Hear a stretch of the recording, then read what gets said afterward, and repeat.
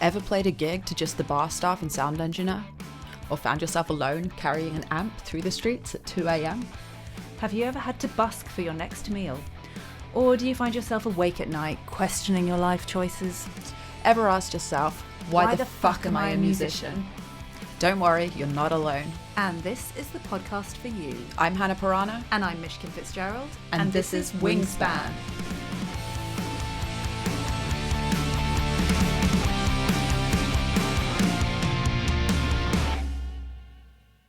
Hello, it's your favourite witches back again. Back again and broadcasting from Spain, where it's sunny and nothing bad ever happens. Oh, yeah. We're having a great time. We're on like a working week, but it's really fun because we're in Spain. And we're doing a load of podcasts while we're out here. So this is the first time that we're recording them all together and all in a big kind of load of stuff, which I really love doing, bursts of work. Yes, definitely. Batches. Yeah, batches. So we're on to season 5? Is this season 4? 4. Season 4, which is really exciting. I can't believe we've got 4 seasons of podcasts and it's brilliant. Be interested to go back to the first one and listen to how wonky it is. Yeah, I'm not sure. I'm not sure. Yeah, it's better just left in the past. I think so, yeah. Which is really cool. Yeah. But yeah, this podcast episode is going to be short and sweet, but it's hopefully going to be really helpful. But before we do that, how has your morning been, Miss Pirana? It's been good, thank you. Yes, I sleep in quite long in the mornings. I've always been a night owl, and these days I let myself sleep just for as long as I want to, really. I'm not really too bothered about showing how hard I work by waking early or anything. Some people might call me lazy, but I don't really care. Definitely not lazy. I don't think so, no. I think when you work at night and all your creativity comes, like, for me, definitely like my best songwriting, my best practice is like in the evening, and sometimes I can practice till 10 or 11 at night, and then like I'm not going to be like, oh, I need to also get up at 8 o'clock like a normal person. Yeah, totally. But not normal people. We don't operate like normal things. Yeah. How's your morning been? It's been lush. I also didn't wake up too early, which is very nice. I had 3 cups of coffee now, which is my happy place. Caffeine all the way. We've been for a short walk to the local shop and got some supplies for the week. I've been out on the terrace filming for my Patreon vlog, and it's just nice to be here. And we're going to go to the beach this afternoon to obviously create content, working very hard on the beach. So yeah, that's going to be really tough, but I'm sure we'll get through it. Yeah. So today's podcast is called Staying Afloat, and it's all just basically our life hacks that have helped us with self-care over the years. We've learned a lot about how to balance this crazy life as a musician. Sometimes you'll be on tour or you'll be in the studio, you'll work long hours, then you'll have nothing for a while. It's just a bit crazy, isn't it? These are our like favorite little life hacks that hopefully you might find 1 or 2 little nuggets of wisdom here that might help you stay afloat. So would you like to kick us off, Ms. Pirana, with your first life hack? Okay, so my first life hack is making my bed every morning. This is the first thing I do when I get out of bed, and it sets me up pretty well for the day because, and this might come as just something people do, but as a child, this is not something I was taught. So I feel this massive sense of achievement when I do it. And I feel like I've done something already that's made my life a bit tidier. And it's just a great way that I set myself up very first thing in the morning. It gives you a massive dose of dopamine, doesn't it, as well? And making your bed apparently gives you a natural source of dopamine. So it's like free drugs in the morning. I love it. Yeah. So I don't really have a morning routine. My routine goes totally randomly because my ADHD brain craves the opposite of routine. So I like to mix things up quite a lot. But one thing that I really do now that I didn't do for years is sleep. Obviously, sleep is a bit of a luxury. So we're quite aware that our lifestyles do allow sleep for the most part. Obviously not when you're on tour doing stuff, but what I really allow myself to do in the mornings is sleep if I can. Like I basically will not get up really early and try and hustle through the morning because morning is not my happy place at all. And actually just sleeping more gives you so much energy and you just do so much. I think there's a tremendous pressure to like get up, get to the gym, do your exercise, then do your like perfect breakfast, go to work, do this kind of stuff. And I think when you're a musician, you can just chuckle that out the window, especially if you're like a working musician like us, where you're doing a variety of tasks. You're going to need the sleep for when you're not allowed the sleep. Like we didn't sleep properly for 7 weeks on the last tour we did. So when I got back, I was like sleeping until 10, 11, 12 for like a good couple of weeks, and I still didn't feel caught up. So for me, my most important life hack is get as much sleep as you can when you can and allow your body to rest when it tells you to.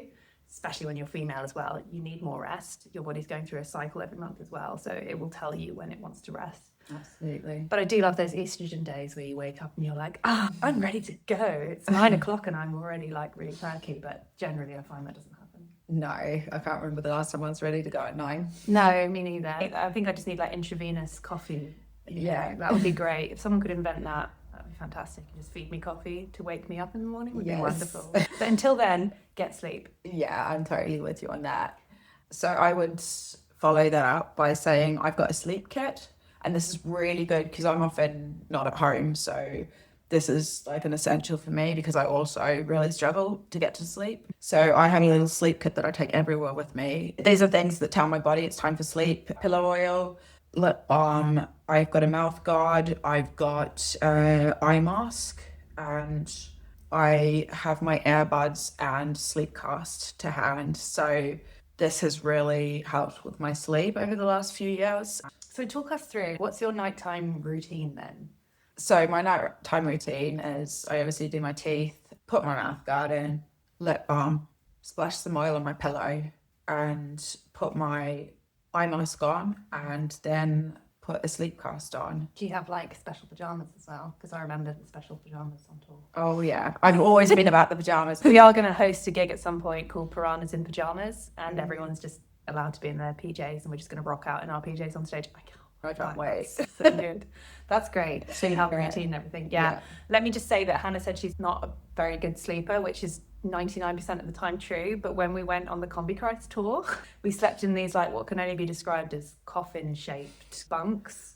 And you get in and the road is like boom, and you're basically like bouncing up and down and going from left to right. I found it impossible to sleep. And Hannah was like, out like a light. Like, why, Daddy? Yeah, we were like, why are you the only person that's sleeping? You never sleep. But apparently Hannah needs to be shaken all night really violently, and then she's just, this is great.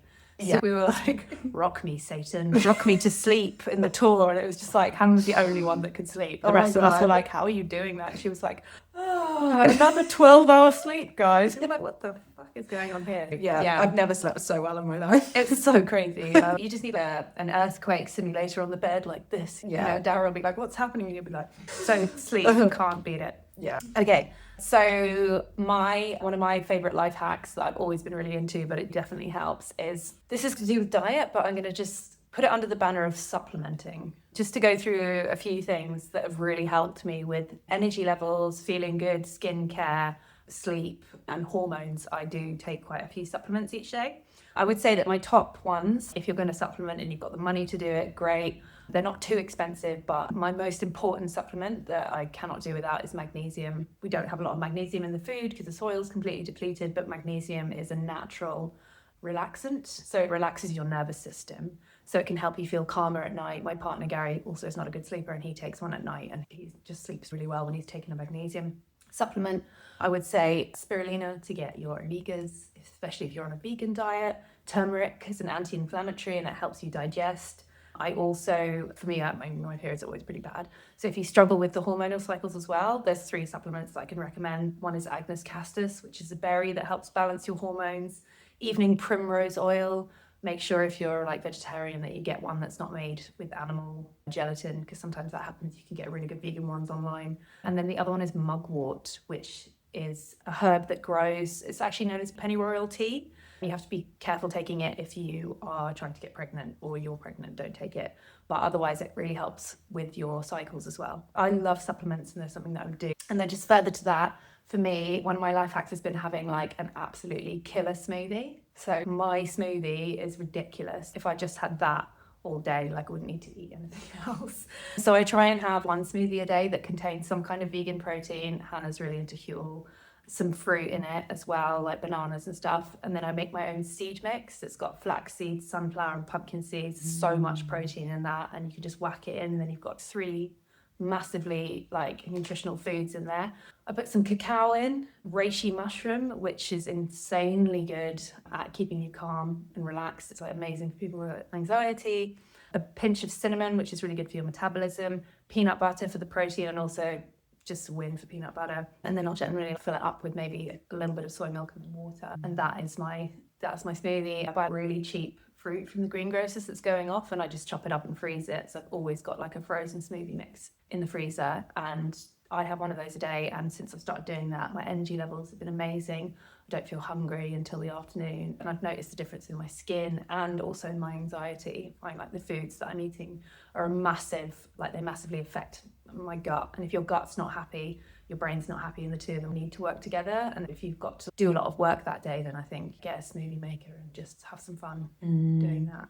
I think we need to share your smoothie recipe. Maybe we should share it as a slide on Instagram. Yeah, definitely. Now I'm aware that some of the stuff that I'm talking about here can be quite expensive. The seeds are really cheap. If you buy stuff in bulk, it's really cheap. If you can afford to buy wholesale, it actually does work out pretty cheap.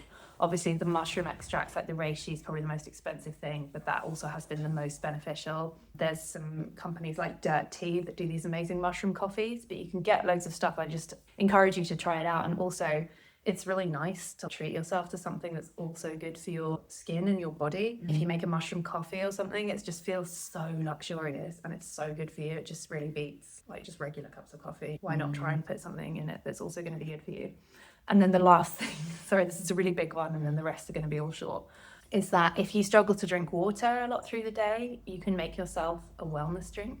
So what I got into recently was making a huge batch of tea, so like a white tea or a green tea, maybe with some ginseng in it. Just basically experiment, if you like, using multiple different flavour tea bags and making a big batch of that and then letting it go cold. Then if you put a little bit of fruit juice in it, any fruit juice you like really, just as cranberry is really nice. You only need like a very small amount. And then you put it in a bottle, put it in the fridge, and you can have still iced tea. Or if you're a fancy pants like me, you've got a soda stream. We don't drink alcohol, so like a soda stream is a really nice way to make so good. And they're not that expensive actually to buy them. The bottles can be a bit expensive, but you can recycle them. But it's a great way to make your own wellness drink, and then you can put in a pinch of mint or something, flavour it yourself, and then basically make it fizzy and stick it in the fridge. And then you've always got this delicious, really healthy drink that I like to do in the summer, and then I make my mushroom coffees in the winter.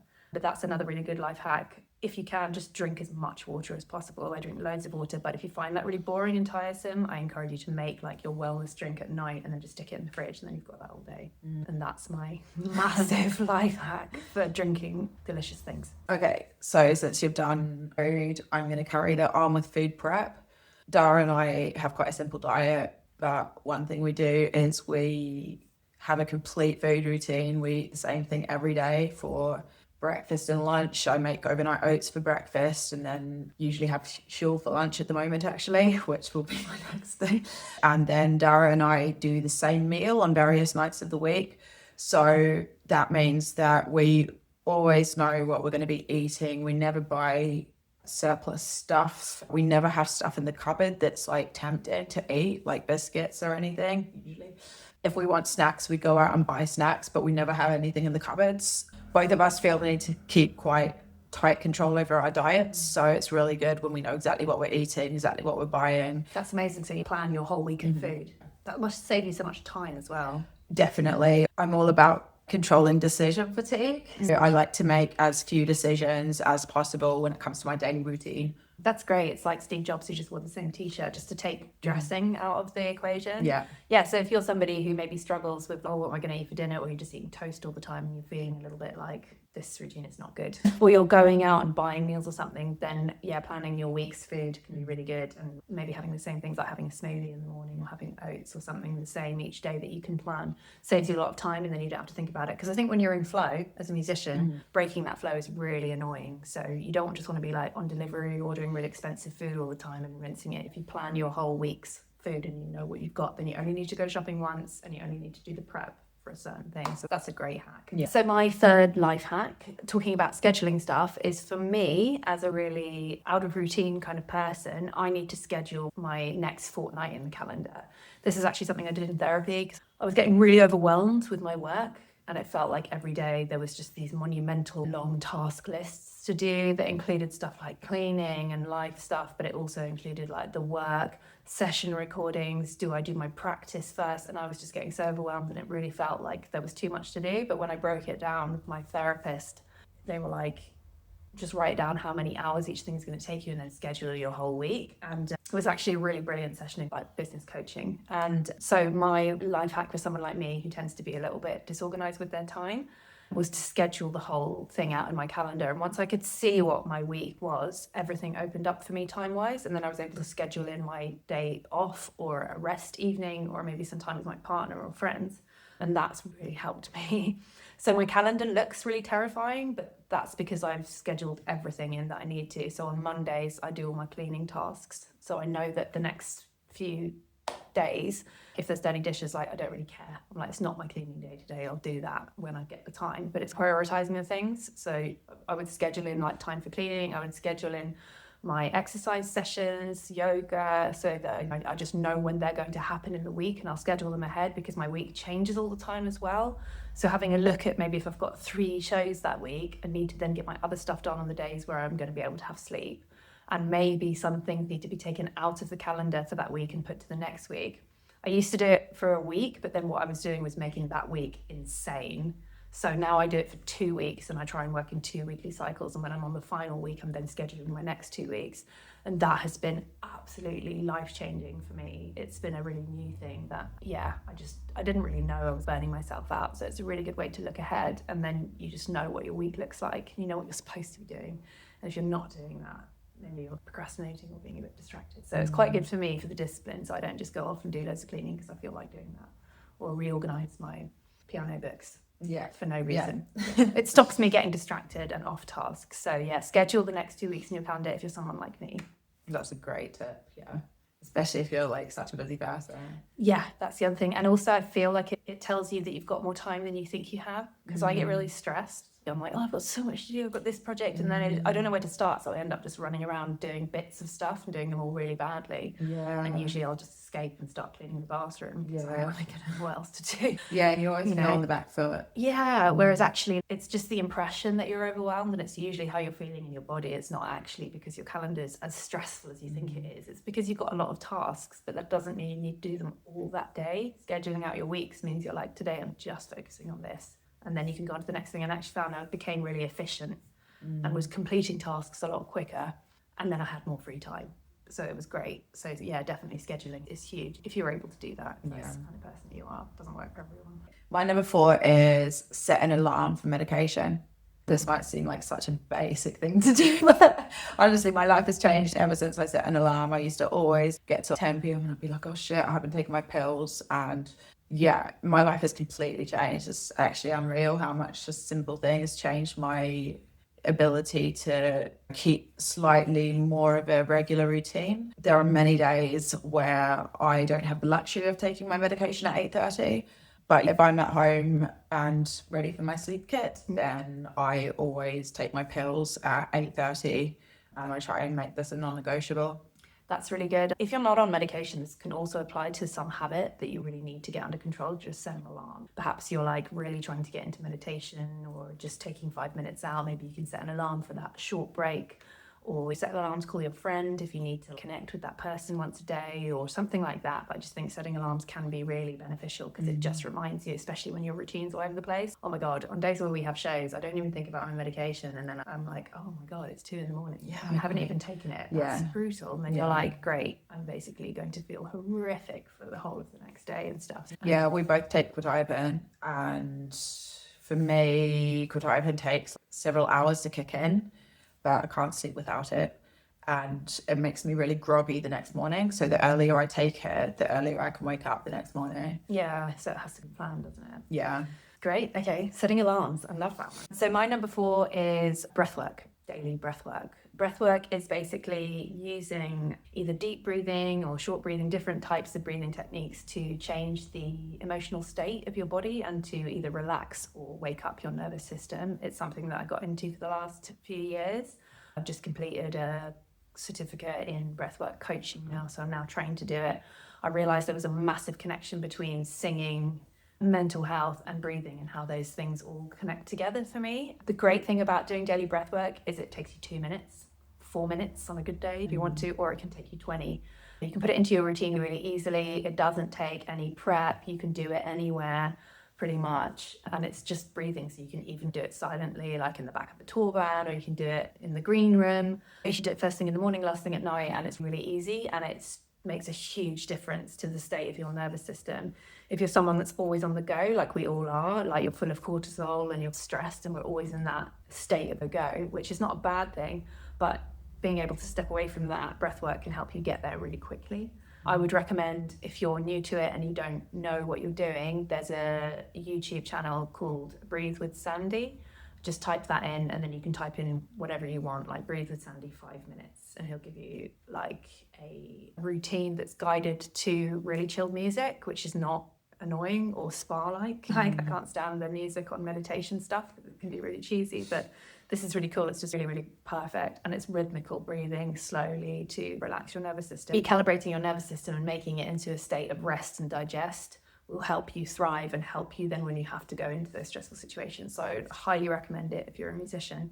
It's just adding a little bit of breath work. It makes meditation a lot easier if that's the path that you're on. There's a great book called Breath by James Nestor, which is really easy to read and just explains why it's so important and how easy it is to tap into it. So my tip number 4 is remember to breathe. I'm an absolute disciple of this as well. Yeah, Breathe with Sandy is fantastic. I just wanted to add that there's he's really fit. Yeah, he is really. It's not, like it's also just like quite nice to look at. So. It is, yeah. But I also wanted to add, apart from the eye candy element, that there are different types of breath work for every situation. There's breath work to energize you. There's breath work to relax you. There's breath work to manifest, to let go of things, to declutter your brain after a busy time. Yeah, all sorts of stuff. So yeah. Breathwork's just such a key theme, I think. It's like an absolute hack that I think most people think, I don't have time for that. And then you're like 4 minutes later, you're like, wow, I've just got a great idea because I've just cleared some space. It's all about creating space, isn't it? Absolutely, yeah. My number 5 hack, I won't mention exercise in itself again because I talk about it all the time. It's a bit boring. But you are the exercise queen, and actually it is really good. Okay, my number 5 hack is wear exercise clothes all day. I understand not everyone has this luxury, like we do know how privileged we are to be working for ourselves and to be able to organize our day according to our needs. But my number 5 is wear exercise clothes all day. I put on exercise clothes when I wake up and I don't get changed out of them. Like when I was younger, I would go to the gym and then I'd have a shower and then I'd get changed and it would just take up so much time. Now what I do is I just get changed in the morning, and that means I can do little bits and pieces of exercise throughout the day whenever I feel like it. So that's my huge hack, is exercise clothes. I also think you just move differently when you're wearing exercise clothes. I know that I walk a certain way if I've got my running shoes on, which I'm not going to do if I've got my slippers on. Yes. That's a great one. I'll lead through that. I'm not as much of a high energy exercise bunny like Hannah is. Hannah's like pretty into the cardio stuff, aren't you? And running and kind of exercise goals and stuff. I'm a bit more of a slow plodder, but I would also say exercise is hugely important. For me, my main source of exercise comes from yoga. I do a hot yoga class twice a week if I can. That for me is a huge life hack. It's helped me so much with movement and posture. Having like neck problems, being a musician can be quite grueling on the body, and I found that in the later stages of my life I need to have a solid back and I need to have strong core, and hot yoga's really helped me with that kind of strengthening thing. It does so much. It's also inclusive of breath work and meditation. It's just absolutely fantastic. If you can't get to a hot yoga class or that's not your thing, then any yoga is just really good. There's loads of easy YouTube videos, but I would encourage stretching and yoga to be part of your weekly routine, even if it's not every day. Just trying to do that, it will just really help your body and posture. The other thing is, if that's not for you, if you really don't enjoy yoga at all, it's not for everyone, then just go for a walk. Walking is like one of the best things you can do. It's really great because you can listen to a podcast or you can walk with a friend, you can get a cup of coffee, you can go with a dog or whatever. But basically just walking and moving in that way is so high vibe. I like to do little walks where I'm like manifesting at the same time and I'm thinking about like dreams. And there's loads of podcasts on going for higher self walks where you like walk as if you're your higher self and you imagine your life. And sometimes I think walking in silence is really great. If I'm trying to finish a song and I'm really stuck on the lyrics, I'll just have it going round and round and round in my head. And if I go on a nice big hour-long walk up the downs, generally by the time I come back, that's almost finished. So it's another amazing way to make space that will then give you so much back. So I would say, yeah, do some yoga or go for a stroll. That's brilliant. Yeah. So this is a bit of a boring one because I go on about it every podcast, but fuel. Like, it's just rude they're not paying me already. Right? Yeah. So many times you've mentioned them, but Yeah. that is a good life hack. We need to get them to sponsor the podcast already. We're about to go and have some right now. Yeah, exactly. That's a huge thing for me. By the time we get started, sometimes it's lunchtime already. So I don't like to stop and make myself lunch in the middle of the day if I can help it. It's just time I could be spending more efficiently. So I really like to have a Huel smoothie in place of one meal. Huel, as I've said before, is a nutritionally complete supplement. It's about 400 calories, I think, for a meal replacement. It's actually quite tasty. Yeah, it's nice. Yeah, you wouldn't necessarily choose to have Huel your whole life, but yeah, it's actually quite tasty and it's actually quite cheap. I think it's about £1 a serving, which is cheaper than most meals. Yeah, and it's just so good to have it on tour. You're going to get like the nutrients that you need. You can just put it in the shaker and do it. It's not like the most joyful meal of all time, but at least your body's going to be like, thank you for giving me nutrients today. And also you can get it in bottles. It's more expensive, but I do love that now nearly every service station has a Huel smoothie because you just know you're going to get something that's quality instead of, oh great, another pasty or like some chips or something. But yeah, Huel is a great hack. Definitely. Yeah, totally. And it also makes you feel safe. I like to know that I'm going to be able to eat. And sometimes on tour, I feel anxious that I don't know what I'm going to be able to eat next. And I also just went for a multi-day hike with my mom, and I wasn't sure if there were going to be supermarkets that would sell vegan food. And so knowing that I had Huel in my rucksack was really comforting. So yeah, that's always going to be something I'll mention. Definitely. Saves you time, saves you money. That's a great hack. Yeah. So my number 6 is cut back or cut out completely if you can alcohol. In the music industry, we're obviously completely encouraged to be like rock star, drinking, doing drugs and stuff. And it can be really fun when you're in your 20s and stuff. But I think like probably the amount of time that we spent drinking and partying could have maybe been put to slightly better use. Don't regret anything because it's all fed into the artists that we are today. But if it's something that you feel might be just cutting a little bit into your life too much, get some help or just talk to people about it. Like, there's no stigma. Loads of people are giving up booze these days, or at least cutting it right back. And I definitely think that it's something that can hold you back as an artist. Also, just as women, there's a great book called Quit Like a Woman, which is such a good book. And it's just all about how the alcohol industry is quite insidiously marketing alcohol towards women and how disempowering it can be if it becomes a problem, and just how bad alcohol is for the female body, how it's not really designed for us to drink, and there's loads of issues that can come out later in life. Not trying to scare or like shame at all. Do your thing. If alcohol makes you feel high vibe, then great, do your thing. But from us, from our point of view, it did really start to take us away from the purpose of what we were supposed to be doing, which was music. It's definitely not going to help you practice more, or definitely not going to give you energy, basically. So it's just something to think about. Just put it out there. For me, a massive life hack was just cutting out alcohol. I never felt better than when I started to do it. It can be a bit scary to be sober, but you also start to know yourself a bit better. You sleep better. You know what your real energy levels are like, instead of fueling yourself onwards at night with like drinking and stuff. And I think sometimes we can think that it makes us better songwriters because we're a bit out of it when we're writing. Genuinely, I write more songs and they're a lot better without the booze. So yeah, my number 6 life hack is, if you can, cut out or cut back alcohol. Such a good one. Okay, my next life hack is learning.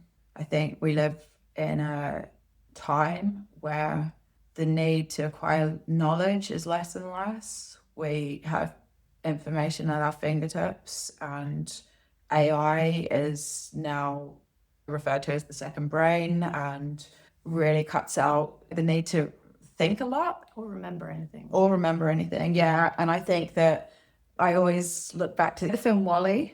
Yeah. And all the people who never have to do anything for themselves, and they're all just like blobs on this spaceship. And I feel like if we're not careful, that could be us in terms of our intellect. Yeah. So a big thing for me is learning. And for me, particularly at the moment, I have a need to learn Spanish. So I'm doing that every day. It's really great for my brain. It's really great for my memory. Also, even before I was doing Spanish, I've been doing language learning daily with German as well. So yeah, that's been a big thing for me. Learning new skills as well. You've just recently done your breathwork course. That requires a lot of memorizing and stuff like that. Yeah. Study, yeah. So I think we're never too old to study. We're never too old to acquire new skills or knowledge. And I think just being a musician, you're already like in some ways have an advantage because you're practicing and you're constantly learning new songs and you have to memorize those songs. You can't get AI to play the song for you, not yet. I think being a musician and having to play a real instrument, like that already sets you apart massively from a lot of industries where, you know, a lot of stuff is just done for you on computers now. I dream of a time where musicians, like, basically are suddenly the most intelligent people out there because we're the only ones that had to actually use our brain to memorize. It's so true, actually. Yeah. You've got such a good point there that actually, if you're learning music, you are learning. You Yeah. don't need to necessarily be doing languages because music is a language. Yeah, that's a great point, and it leads me on to my 7th tip, which is pick up a hobby that gives you joy. So it doesn't have to be a big thing. Obviously, music is ridiculous. It takes up all the time. It can do if you let it. But I think it's really important to have another hobby that just gives you joy. So when Hannah was talking about learning, like maybe you want to learn a new skill, but make sure it's something that gives you joy, like reading a book. If that gives you joy, just make sure that you have some time where you just read, even if it's last thing at night. I just recently completed a 1,000-piece mushroom-themed jigsaw puzzle, and like I was just loving it. Love jigsaws. I love jigsaws. It's really sad, but it's just something that maybe gives you joy. Maybe you just go to a painting class, live drawing, or just take up a walking habit or some kind of sport, anything at all. But make sure you've got a hobby in there that just gives you joy, because I think music does give you a lot of joy, but when it's your job, it can be a bit of a slog, and that you can never feel like you've completed. There's always more to be done. So I would say, as well as learning, make sure that you have a hobby that gives you joy. If you don't have a lot of time for that, there's certain things you can do that only take 5 minutes. Duolingo, learn a language just for fun, even if it's High Valerian, just so you can tell someone fuck off in High Valerian. Why not? Why but not? That might give you joy. So something like that, something just that's really fun, and that'll definitely then feed into music being more fun because you've brought an element of play back into your life.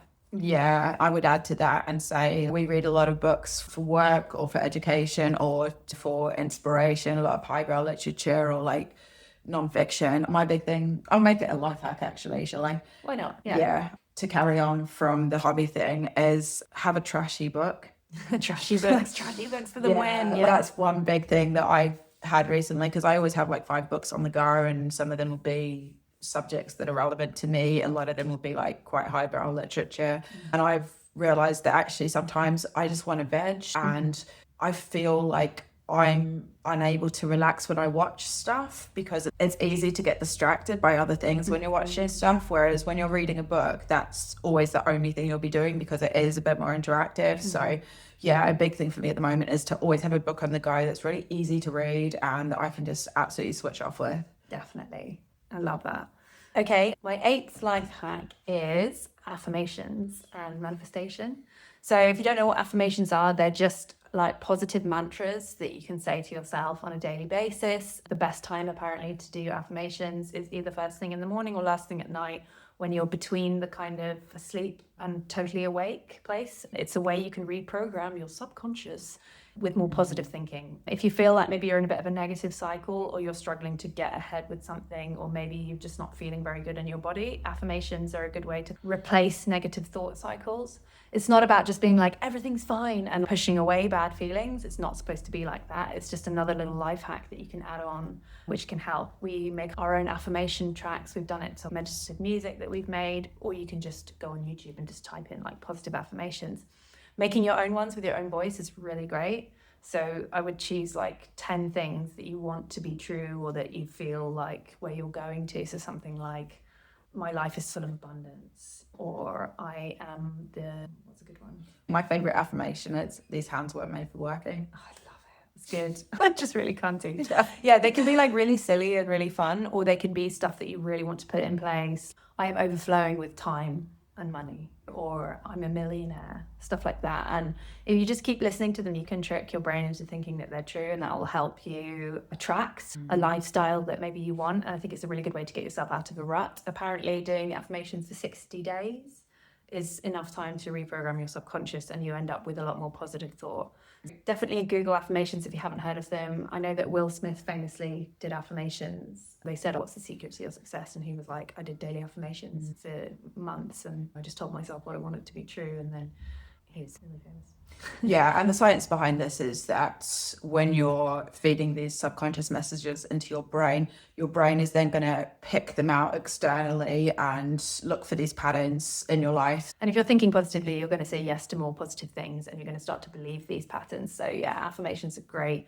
We've done them for the last few years, I think, haven't we? And generally we'll be like start of a new year, be like, okay, what affirmations do I want? And they only need to be like between 5 and 10 sentences that you listen to, and you can put woo music in the background if you like, or you can just say them out loud, or you can just say them in your head. But we like to record ours and play them. It's just a really fun way to add a bit of positivity to your week. Definitely. Okay, my number 9 is mnemonics. So I like to think of it as anchors in your brain for learning new things.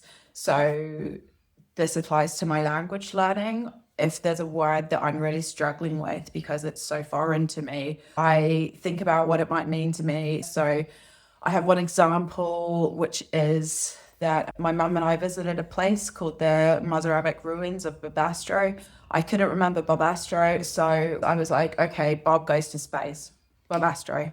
So this is my crazy brain. This is the kind of thing that I do to remember words. But actually, if you can't remember stuff, just putting a little bit of effort into thinking, okay, how will I remember this? That really helps me, especially with languages. Didn't you say as a child that every musical note from the scale had its own character and personality and stuff and colour? It's like, wow, that's amazing. So that's obviously been a theme for you, is how to remember stuff, right? Definitely, yeah, it's a big theme. And I don't know why, but I just assign personalities to things. That's really cool. I love that. Okay. My number 9 is a good tour self-care hack, and that is, if you're a vocalist or even not a vocalist, is to get a nebulizer. It's a small contraption that nebulizes the water, and you breathe in the water and you put saline solution in it, just salt and water, nothing else. And it just keeps your vocal cords clean, it keeps you healthy, and it's really good if you've got quite a grueling tour. So I was doing like death growls every single night, sometimes fries, and loads of really heavy kind of singing. It was great for me to be able to, before I went on stage, just use it. Sometimes I go off stage and just breathe if I knew I had a really big bit coming up. But my vocal coach, Mary Zimmer, taught me that one, and it was just fantastic. I didn't get sick the whole tour. I was able to sing every single night. I think there was only like 2 shows where it felt a bit wobbly, and that was right at the end of the tour. But I think it was the thing that helped me get through that. They're like £30, and mine still lasted. It's been a really long time and it's still going. And I use it in the studio when my voice starts to get a bit gravelly as well. So yeah, vocal nebulizer, a really good hack. Yeah, brilliant. Essential as a singer if you're on tour, I think. Definitely, yeah. So we're on to number 10. Number 10, okay. My number 10 is burden yourself with accountability by telling everyone in the world what your plans are. So I've always done this, and it actually really helps me stick to things, because otherwise you can have these ideas and then time goes by and you never get them done. Whereas actually there is a sense of pride when you actually tell people stuff that makes you be like, I can't be seen to fail, or I can't be seen to give up on stuff. And there is a time and place where actually you can give up on stuff and you can change your mind, and this is really important as well. But I do feel, for me, I do like it when I have a sense of accountability. Like before I wrote the book for Wednesday's Child, I told the PR company that I was writing this book. So I was like, I have to write the book now. And my most recent one is I am training to be a personal trainer. I am studying to be a personal trainer. And I've told everyone this, and now I'm telling everyone on the podcast. And I signed up for a course about 5 months ago now, and I haven't done a lot of it. And that's because I'm insanely busy at the moment with a lot of stuff, but I am planning to do it. I haven't given up on it. It's just not quite the right time to get my teeth sunk into it right now. Absolutely. I think sometimes the accountability starts when you sign up for that course initially, and then you're like, okay, and I've told everyone. And then basically it's that thing as well that I feel if you tell people, they check in with you and they go, how's that going? And then you're like, it's going all right. It could be going a bit faster. And then you just talk about it. And then when it's out in the open, I think it just makes like the doing of it seem less daunting when other people as well are like, oh, how's that going? And you can be like, oh, talk about it and stuff. And everyone goes through that where things are a bit on pause, aren't they? Or they start. But yeah, I love accountability as well. I really need it. I'm terrible at doing exercise on my own. So I'm like, do you want to go to the gym with my partner, and I'll organise that so we go together, or I'll go running with people and I'll organise that and I'll do it. So I have to get up and pick them up and stuff like that. Yeah, I love accountability as well. Yeah, and I think, the book Atomic Habits by James Clear, one of the big accountability things I think is you create an identity. and what you do cements that identity. So for me, I am a fit person. I'm a person who loves exercise. So if I'm not exercising regularly, that's not my identity anymore. So that's my accountability to myself, is that's my identity. Yeah, it's really great. Accountability. Yes. And my number 10 is surround yourself with inspiration and beauty. In my music studio, I've cut out loads of little pictures of me with my best friends on stage, pictures of me with my manager, pictures of the musicians that I've worked with. I've got a vocal booth, and stuck all around the window of the vocal booth are pictures, like little Polaroids of me with people that I've worked with. I've gotten people to sign inside the booth whenever they've worked there. I have pictures of my dogs, I have lyrics, I have stuff stuck all over the walls. I'm like that person who needs to see things, and it just makes me feel a bit more inspired, and also it shows me that I've done things and achieved things. So I've had like certain artworks framed and stuck all over the house, but if you don't have that option to put things up on the walls or whatever, just go outside, be amongst nature. But I would say for me, it's really important to surround myself with things that are inspiring me, natural beauty. It's just part of being a poet and a songwriter.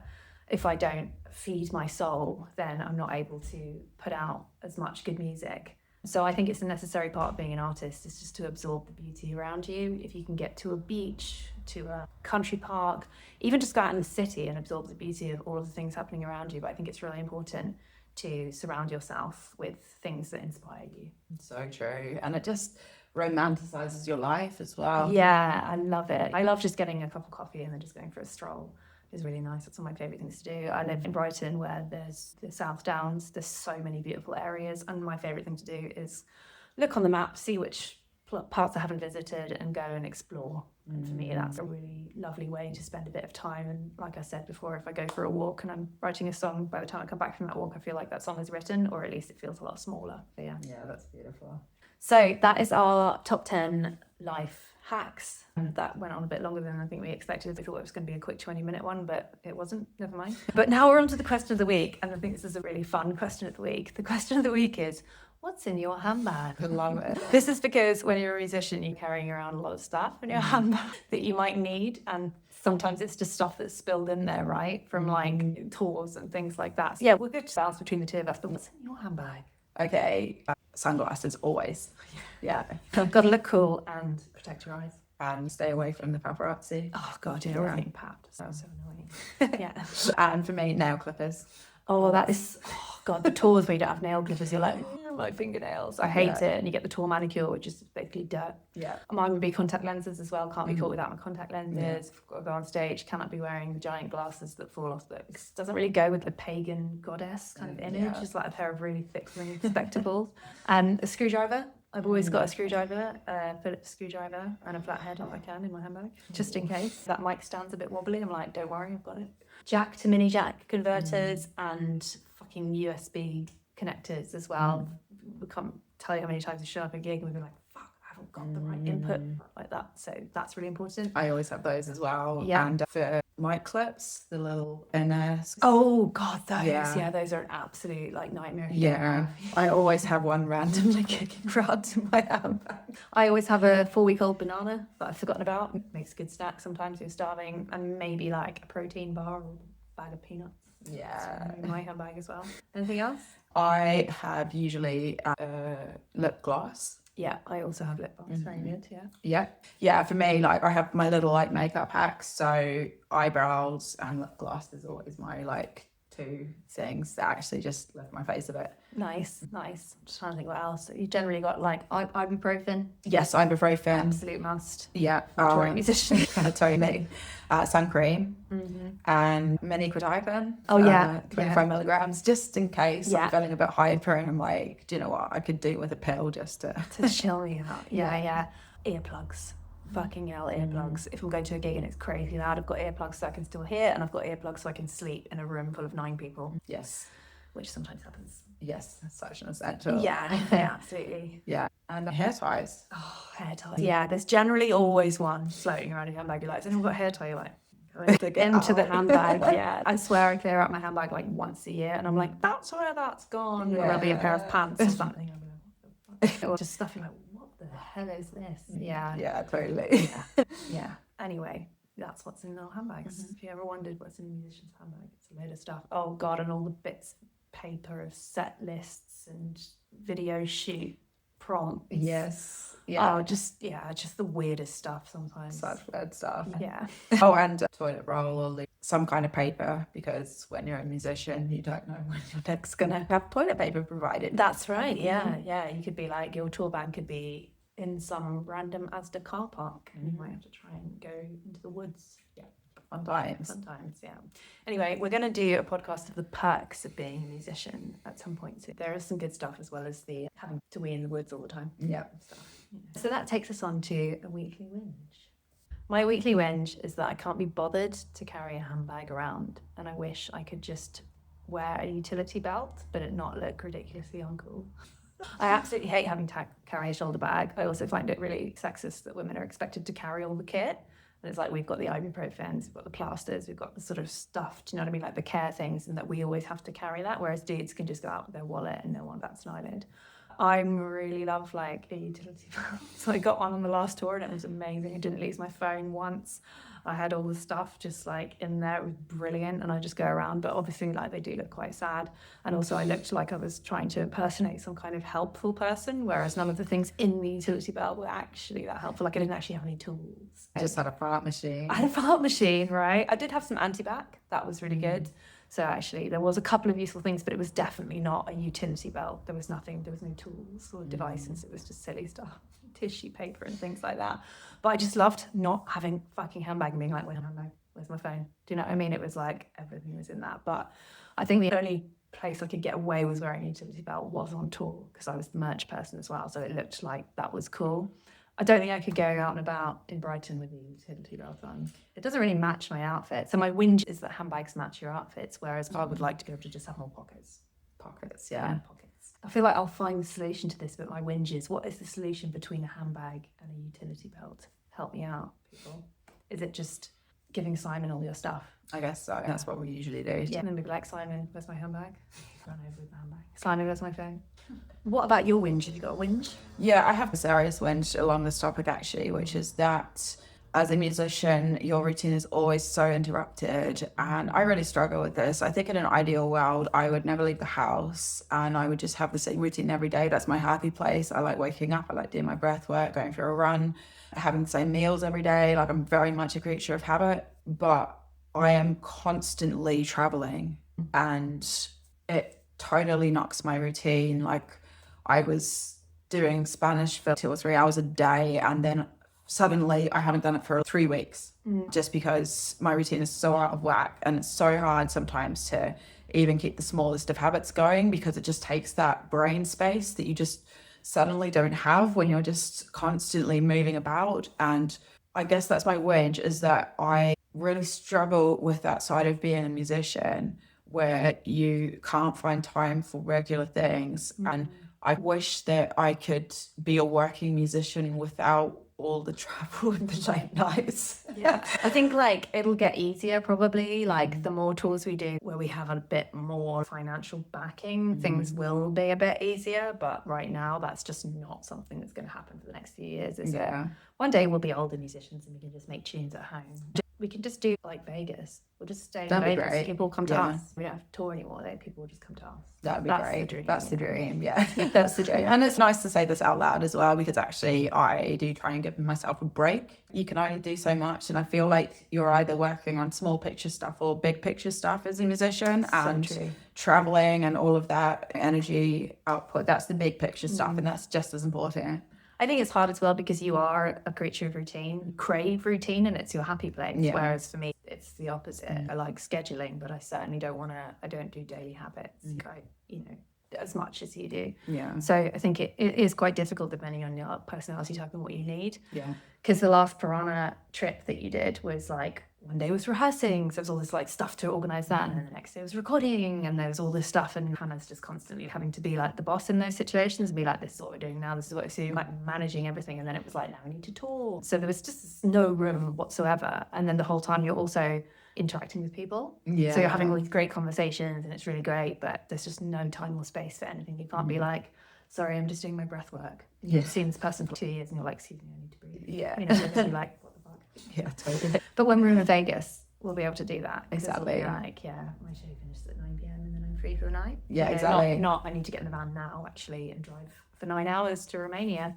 But you Exactly, love yeah. that. You just put your eye mask on and stance. Rock me, daddy. Yeah, all the way to Romania. Fine. Okay, hopefully you found something helpful in those life hacks. We are aware that a lot of this life hacks, some of them need money to do, some of them need time, and not everyone has those luxuries. So we are just adding these in. Maybe there's one thing that you might find helpful that you can do and add into your life to make it a little bit easier. But thanks for listening, and we've really enjoyed sharing our life hacks. We'll see you at the next one. Bye. If you've enjoyed this podcast, don't forget to leave us a glowing review and tell all your musician friends to rate and subscribe.